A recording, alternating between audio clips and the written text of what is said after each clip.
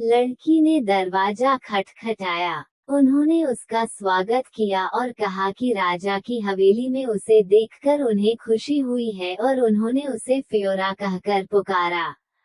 लड़की को समझ नहीं आया कि उसे दूसरे नाम से क्यों पुकारा जा रहा है और उसे लगा कि वो गलत जगह आ गई है। तभी अचानक उसे याद आया कि यह सब चिल्ड्रन एंड द ड्यूक नामक किताब से लिया गया है, जिसे उसने पढ़ा था। यह मुख्य पात्र का परिवार है, लेकिन उसका पुनर्जन्म दूसरे रूप में क्यों हुआ? पता चला कि वह एक खलनायिका है जिसे मुख्य पात्र अस्वीकार कर देगा। इससे पहले वह एक साधारण शिक्षिका थी। वे सड़क किनारे खड़े होकर एक बच्चे की मां का इंतजार कर रहे थे, जो देर से आ रही थी। तभी अचानक लड़के ने अपनी मां को देखा और सड़क पार भागना चाहा। शिक्षिका ने उसे हाथ पकड़ने को कहा, लेकिन उसने नहीं माना और सड़क पर भाग गया। शिक्षिका तुरंत उसके पास दौड़ी और उसे धक्का देकर एक तरफ कर दिया। यहीं पर उसके पिछले जीवन की यादें मिट गई, लेकिन उसे किसी बात का पछतावा नहीं था क्योंकि उसने लड़के की जान बचा ली।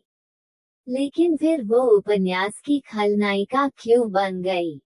फियोरा उपन्यास द ड्यूक्स चिल्ड्रन के मुख्य पात्रों में से एक है। वह दुष्ट दुल्हन है। इस मुख्य पात्र का एक क्रूर महिला लगातार मासूम बच्चों को प्रताड़ित करती थी और नौकरानी ने उसके घिनौने व्यवहार को देखा, इसलिए लड़की ने उसे अगवा कर लिया और कैद कर लिया, लेकिन न्याय की जीत हुई और मुख्य पात्र को फांसी दे दी गई। दुर्घटना के क्षण में अपनी मृत्यु के उन भयावह एहसासों को आप फिर कभी महसूस नहीं करना चाहते। और अगर वह क्रूर नहीं होती और बच्चों की देखभाल नहीं करती, तो क्या वह जीवित रह पाती? शायद वह बस वही समय बिता सकती थी, मुख्य पात्र के प्रति बहुत अधिक आकर्षित नहीं होती और एक किंडरगार्टन खोलने में पैसा खर्च कर सकती थी।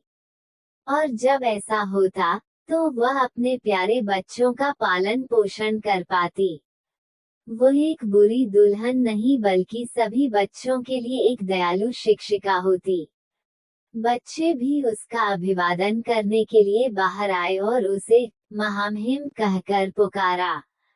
लड़कियां भी फूल लेकर खड़ी थीं और उसका अभिवादन किया। उसने सोचा कि मृत्यु के बाद वह स्वर्ग में पहुंच गई है। ये बहुत अधिक था क्योंकि वनीला में सब कुछ अद्भुत था। यह एक मधुमेह रोगी को कोमा में डालने के लिए काफी था। उसे उनसे तुरंत प्यार हो गया और वो हमेशा के लिए उसके साथ रहना चाहती थी। वो एक बुरी भूमिका के लिए नहीं बनी थी और उसने ड्यूक से कहा कि वह अच्छे उद्देश्यों के लिए उसके बच्चों की हर इच्छा पूरी करेगी। उसने उसे आया या शिक्षिका के रूप में रखने के लिए कहा, जिसके बाद वे घर में चले गए। लड़की गलियारे में चल रही थी कि अचानक किसी ने उसकी पोशाक खींची। यह एक लड़की थी जिसने गोद में उठाने के लिए कहा। अचानक बड़ा लड़का आया और बोला कि वह ऐसा नहीं कर सकती क्योंकि वो उनकी मेहमान है। अचानक सभी बच्चे दौड़कर आए और उन्होंने अपना नाम नहीं बताया, लेकिन उसकी गोद में जो बच्ची थी, वो उनमें सबसे छोटी थी।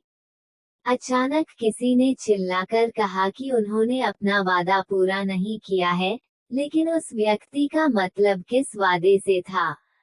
ये वही मुख्य पात्र है जिसने बच्चों को अपने कमरों में रहने के लिए कहा था जब कोई महत्वपूर्ण मेहमान आया था। सबसे छोटी बेटी को उसकी गोद से ले लिया गया और स्वयं ड्यूक उसके पास आए और उसका अभिवादन किया। उन्होंने उसके हाथ को चूमा और कहा कि उन्हें उसे अपनी जागीर में देखकर खुशी हुई और उनका नाम बच्चा है। लड़की चुप रही, लेकिन अचानक उसे याद आया कि उसे जवाब देना है और उसने अपना नाम बताया और सभी काम पूरे करने के लिए तैयार हो गई। उन्होंने माफी मांगी अगर उनके परिवार ने उसे थका दिया हो, तभी अचानक वह उनकी ओर मुड़े और कहा कि उन्होंने अपना वादा पूरा नहीं किया है और उन्होंने कहा कि किसी भी हालत में उनकी बात माननी होगी और ऐसा होना चाहिए। ऐसा दोबारा न हो, इसलिए वह आदमी उस महिला को कहीं ले जाना चाहता था और उसने उसका हाथ पकड़ने की पेशकश की। वे एक ऐसी जगह पर पहुंचे जो एक विशाल गैलरी जैसी लग रही थी और वहां बहुत स्वादिष्ट चाय और बिस्कुट थे। आदमी यह जानने के लिए उत्सुक था कि लड़की ठीक है या नहीं। तभी अचानक लड़की ने सोचा कि वह अब कैसी दिख रही है। उसने कहा कि सगाई लगभग 1 महीने में होगी और भले ही यह एक सुविधा का विवाह हो, वह फिर भी अपनी पूरी कोशिश करेगा। समय केवल 1 महीना है, जो स्पष्ट रूप से उसके पक्ष में नहीं है, लेकिन ऐसा नहीं है कि वह उससे शादी करने वाली है। आदमी खड़ा हुआ और कहा कि उसे लगता है कि उन्हें आराम करना चाहिए। मुख्य बात यह है कि नौकर जल्द ही उसे घर दिखाने के लिए आ जाएगा।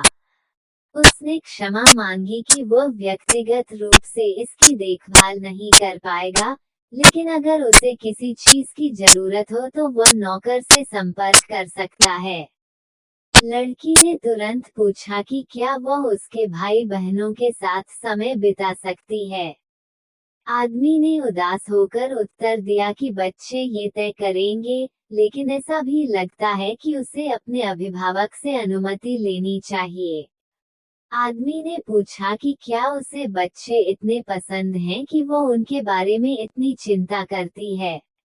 लड़की ने चेहरे पर मुस्कान के साथ कहा कि वह उन्हें बहुत प्यार करती है, लेकिन आदमी था ही नहीं। मुझे आश्चर्य हुआ कि वह इसके बारे में क्यों पूछ रहा है।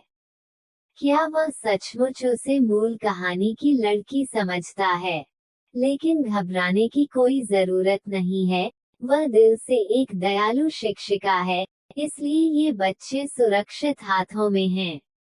उस आदमी के जाने के बाद क्रिम्सन नाम के एक बटलर ने उसे उसका कमरा दिखाया। उसका कमरा दूसरी मंजिल पर है, जो आलीशान है, यहाँ तक कि दरवाजे के हैंडल भी किसी खजाने की तरह दिखते हैं। उसे 2 नौकरानियों से भी मिलवाया गया, 2 आकर्षक लड़कियां, जिनके नाम अलोना और लीना थे।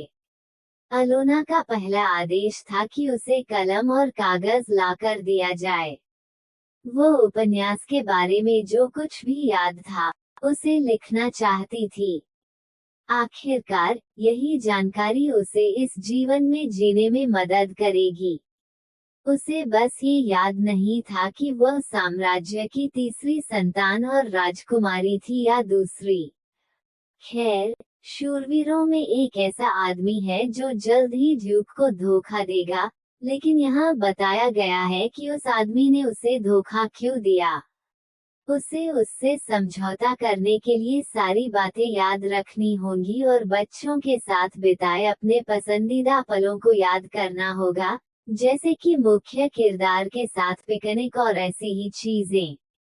भला कौन जानता था कि उसका जीवन कुछ मामूली बातों पर निर्भर करेगा। डरने की कोई बात नहीं है। यहाँ आपको बस बच्चों की अच्छी देखभाल करनी है और फिर आप बाकी सब कुछ संभाल सकती हैं। तुम इतनी थकी हुई क्यों हो लड़की, जबकि तुमने अभी तक कुछ किया ही नहीं है। मैं बिस्तर पर लेट गई और सोचने लगी कि कल का दिन भी कम मुश्किल नहीं होगा।